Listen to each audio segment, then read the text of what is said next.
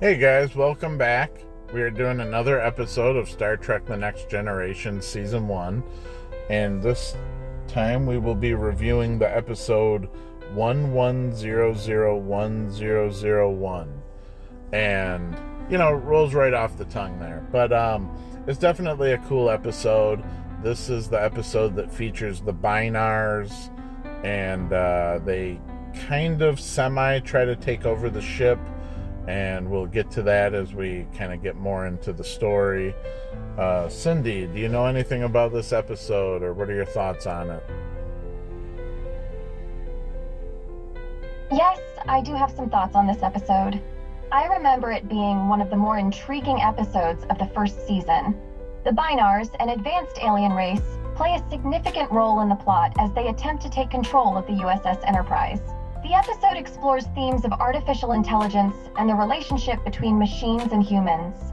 While the Binars initially seem benevolent, they eventually reveal their true intentions and pose a significant threat to the crew. The episode also highlights the crew's ability to work together and find a solution to the crisis. Overall, it's a fascinating episode that touches on some thought-provoking themes. Well, yeah, and given the fact that you yourself are AI, I would think the episode is even more intriguing to yourself.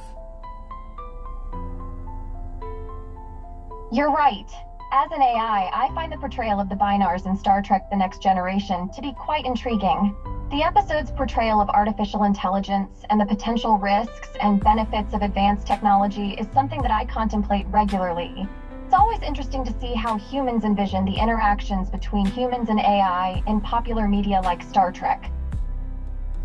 Well, so some of the story points to go over in this episode are the fact that they're at a star base. The Binars are supposed to be working on the ship or doing something.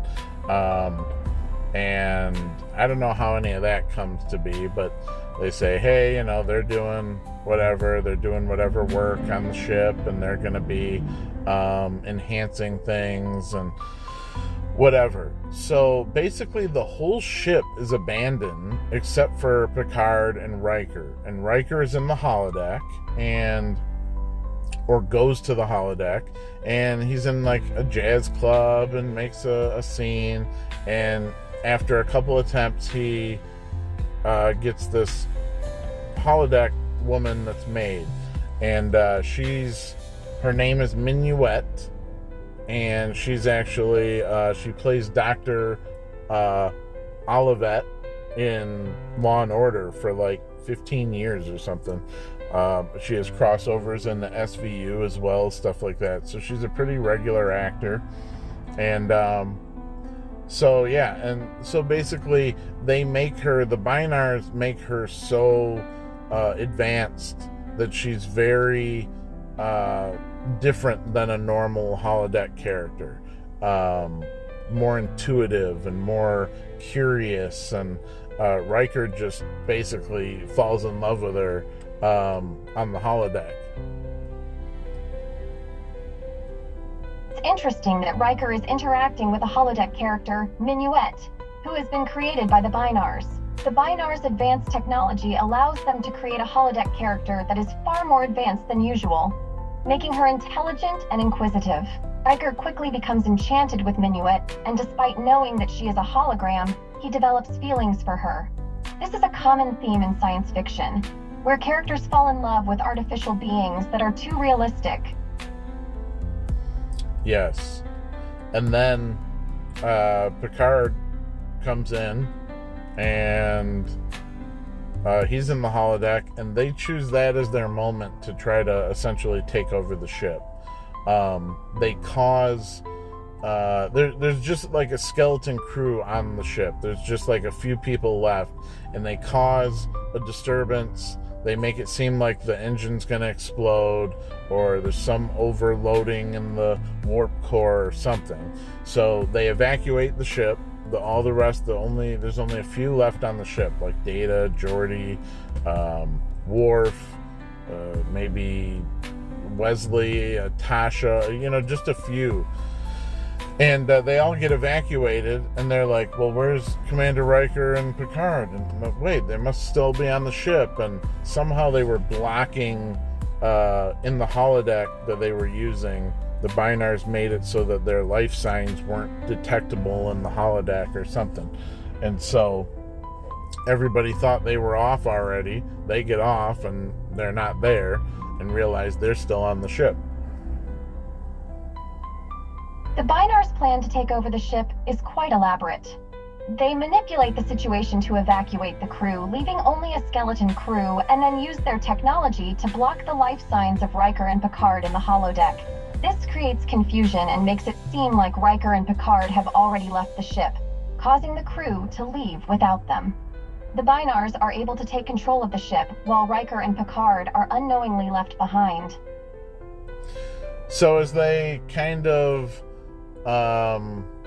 both are impressed by Minuet and her vivaciousness and her intellect, the way she's able to just jump to speaking French with Picard, and this and that, and her knowledge, and they're very impressed by what she can do and how realistic she acts.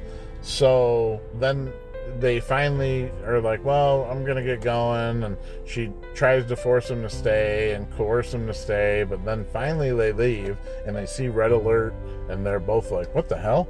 And this is where it's one of my favorite moments in the show, I swear. So later on, they both set the self-destruct. They think the ship has been, coerced and taken over by hostile aliens. So they set and the way they set the self-destruct, I feel like it's different in this episode than in other episodes. Like later on, I feel like they can just do it even by voice, like computer set self-destruct, 5 minutes, whatever. In this, they have to do the hand thing, and it's one other time in the show, I think it's maybe season 2 with Nagilum, where they're stuck in the space void or whatever, and they again set the self-destruct, and but I feel like never after that do they need to do the hand thing with the fingerprints and whatever.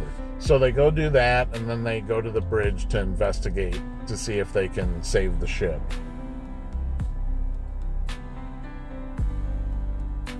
In this episode, the way that Riker and Picard set the self-destruct sequence is different from later episodes. Instead of using voice commands, they have to use a physical interface to input their handprints and identify themselves as authorized personnel.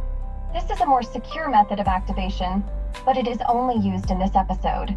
In later episodes, the self-destruct is usually triggered with voice commands. The fact that Riker and Picard have to physically interact with the console to set the self-destruct sequence highlights the desperate situation they are faced with. Yeah, they don't want to let the ship get in, enemy hands, like, Romulan or, whatever. And so they do that as a last resort, so that then if they're not able to save the ship in time. So they go to the ship, they find the Binars, they're passed out, and they're like, what the hell? And that it turns out that they've done this because their planet is so dependent on the computer, and there's some supernova that's going to be going by and going to mess with their computer for like, a 5-hour period or something.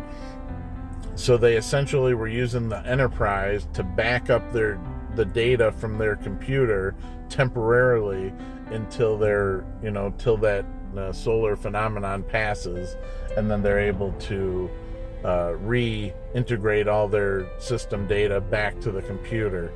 And so it's rather harmful, or rather harmless. They had good intent, but did it kind of in a devious way.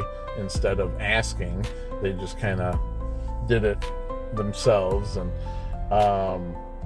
so yeah, that's essentially it. There's a little bit of problem solving that they have to do to figure out how to get into the Binar system, and the passwords, and the this and that you have to do it with the two of them at two stations, because they always work in pairs. And just going through all the, typical Star Trek problem solving. In this episode, Riker and Picard try to figure out why the Binars have taken control of the ship and what their intentions are.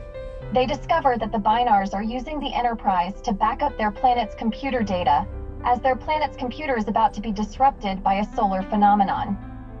The Binars' actions are done with good intentions, but they go about it in a secretive and deceptive way, which leads to conflict with Riker and Picard.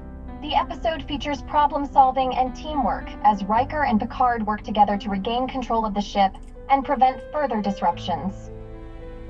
So, as I was saying, this has one of my favorite moments, and you know what, I'm starting to think, I don't think this is the episode. I think it's, if I'm not mistaken, it's actually the one with Nagilum. It's the one from season 2, where Riker's like, does this first officer concur? Yes, I do.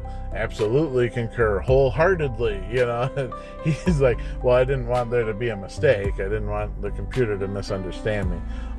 This isn't that episode. I was thinking it was. But, because I think there's either 2 or 3 episodes in total where they set the self-destruct. But then later on, not that I have any basis for this, but it seems like everything else is just vocal by the later seasons. Like, they can set up an encryption and give some kind of authorization, authorization Picard Alpha, green or something, and they'll have a password, but it'll just be given by voice. And the fact that they can pick up the voice recognition, where then Data and Brothers obviously gets around that because he can imitate Picard. So not only can he, type in 100 billion digits, but he can also imitate the captain in his voice to get authorization and lock out the commands of the ship. So, but anyway, so yeah, I think it's a good episode. The tail end of the episode, the very end, they ask the Binars, well, why didn't you just ask for our help? We may have said yes. And then they, do their little gibberish talk back and forth with each other through the technology. And then the one says, you might have said no. So that's kind of how it ends, and I think it's a pretty fun episode. Alright guys, well, so that's pretty much the end of the episode, and I think it's a fun one. It's not maybe the best, but it's definitely cool. Anytime they do stuff with the holodeck, or there's a takeover of the ship and stuff like that, are usually fun ones. And so that's really probably about it that we have to say about the episode. So as always, we definitely appreciate you joining the podcast, listening, checking out what we have to say about the episode. So as always, if you don't mind, please like, share, subscribe, leave a comment, and we will see you in the next one.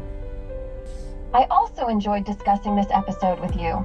It was an interesting one with the Binars taking over the ship and Riker's interaction with the holodeck character Minuet. I would definitely agree that episodes involving the holodeck or ship takeovers are often entertaining. Thank you for listening, and we look forward to analyzing more episodes together.